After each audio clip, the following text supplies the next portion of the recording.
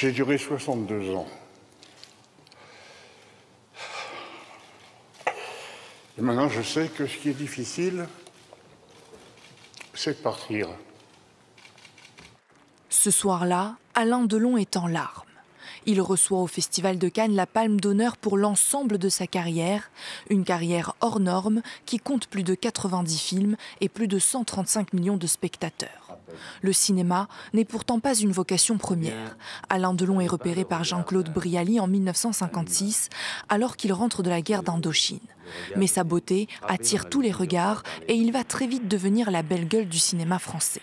Sa première apparition à l'écran se fait en 1957 dans Quand la femme s'en mêle d'Yves Allégret.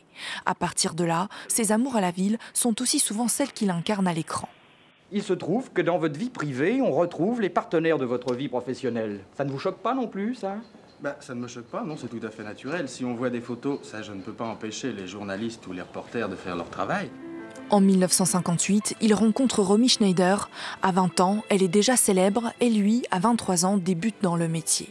Mais pendant 5 ans, il forme un des couples mythiques du 7e art.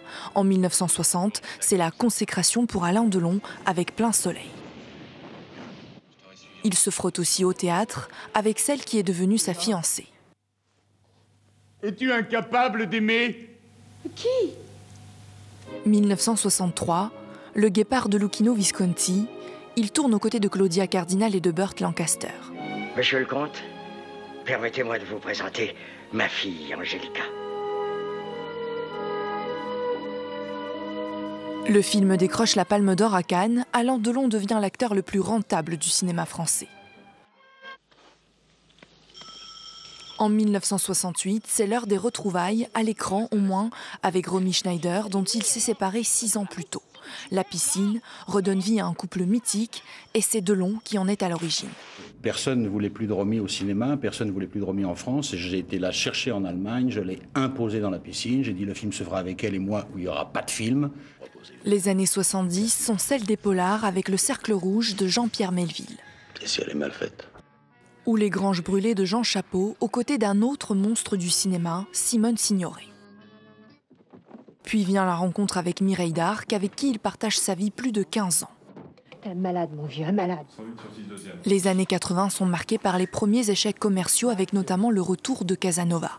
Mais en 1995, l'acteur reçoit un ours d'or à Berlin pour l'ensemble de sa carrière. Ich bin ein Berliner.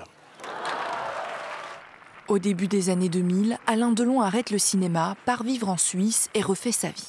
Il revient sur les planches et à l'écran, mais à la télévision cette fois, avec une série populaire, Fabio Montale.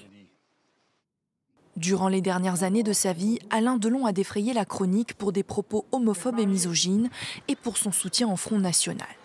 L'acteur a aussi connu des ennuis de santé, soigné notamment à plusieurs reprises pour des arythmies cardiaques. Placé sous curatelle renforcée cette année, il laisse derrière lui 3 enfants sur fond de crise familiale. Mais c'est sa carrière magistrale qui restera cependant dans les mémoires. Elle en a fait l'un des monuments du cinéma français.